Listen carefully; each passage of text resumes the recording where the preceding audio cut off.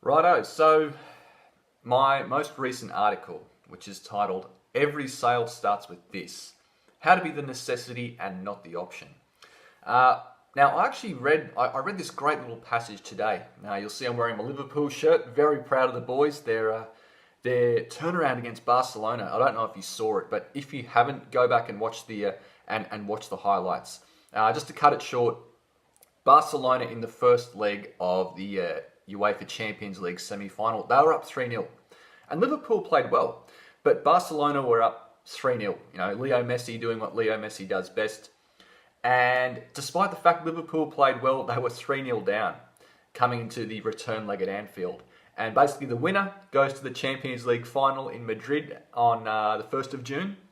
Loser leaves home. That's it. So I've seen Liverpool come back from 3-0 deficits before. But, most famously, their fifth Champions League title back in 2005 in Istanbul. They were down 3-0 at half-time against AC Milan. But then they brought it back, drew it 3-3 in a 10-minute spree. They got the 3 goals back. 3-3 goes to extra time finishes, penalties. That's when they win it. So we've seen it happen before, but this Barca team is a fantastic team. But somehow Liverpool turned it around. It was magic. They won 4-0. They kept that Barcelona team scoreless with 2 of our top players out. And it was just one of those magical nights. So yeah, we're all glowing about that. And obviously, if there's any Tottenham fans out there or just football fans, it's been an incredible 48 hours or so for world football. So now Liverpool and Tottenham Hotspur, who are taking part in their very first ever Champions League final, well done to them, will be meeting in Madrid on June 1st. So yeah, we're buzzing a bit, but. The point I wanted to get to is this in relation to this most recent article of mine. See, I was reading this article earlier this morning on a Liverpool fan site, and it was this passage that really leapt out to me, and I'll put this up on the screen for you. But the passage, this guy's just talking about the other night at Anfield, this amazing 4-0 turnaround against Barcelona that sent Liverpool to the Champions League final. And this guy writes, we might not win the final, and we might not win the league, but most people in the world never, ever get to experience what we just experienced. While I was away, I tried to explain this weirdest of weird things to people who just don't know.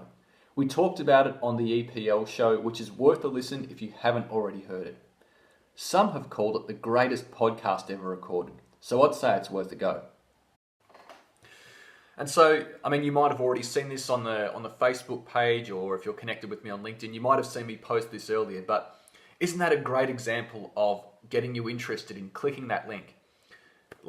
That really ties in with my most recent article here, because if you read the article, you'll see that I start with talking about the concept that nice guys finish last. And I'm sure you've heard this saying before.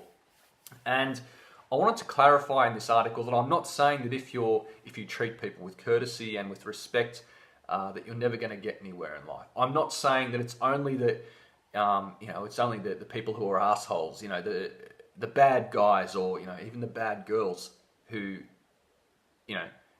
make it with they make it with the girls or with the guys. I'm not saying that you've got to be a horrible person to get what you want in life, but the reason that a lot of these people do well, unfortunately, the reason a lot of these people do well is because they know how to do one thing. Yeah, see, that one thing that they know how to do is to sell themselves. Think of it this way. Is a McDonald's Big Mac the best hamburger that you've ever had? Probably not. Is Coca-Cola the best drink that you've ever had? Probably not. But why does it sell so well? The reason that McDonald's sells so well, and the reason that Coca-Cola is the world's #1 selling beverage, is because of the marketing. Because the people behind those products, they know how to sell them. And that's how it ties into this article. Because it's one thing to have a conversation with people, but if you're not moving that conversation forward, if you're not moving it forward with a lead towards making the sale, if you're not persuading them, then what are you really doing? You're wasting your time. And again, we see this with the concept of the nice guy.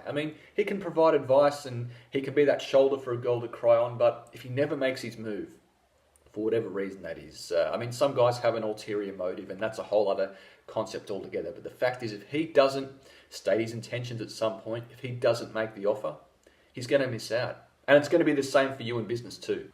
Yeah, to get the inquiry, to get the sale, to get the date, whatever it is, you've got to ask what your special offer is. You've got to ask, how can you be of service to that person? What's it that's going to get them to contact you straight away and make them eager to buy what it is that you've got to sell? And that's what this whole article is about. So, I mean, go ahead and take a look at it, guys. You can click the link just down below where it is, just like always. But take a look. And you'll see that I expand a little bit more on this idea of writing with a purpose. If you're keeping a regular blog, or if you're managing your online copy, you always want to be thinking about what's the offer that you're going to make people. Because if you're just having a dialogue and you're just talking, but you're not really, you never get to that point where you sell to them, then you're wasting your time. There's got to be a purpose behind it, and this is how you move it forward. This is how you move the discussion forward to that point where you convince the other person to either follow you up on your offer or say thanks but no thanks. So let me leave you with that, guys. That's how you become the necessity and not just the option.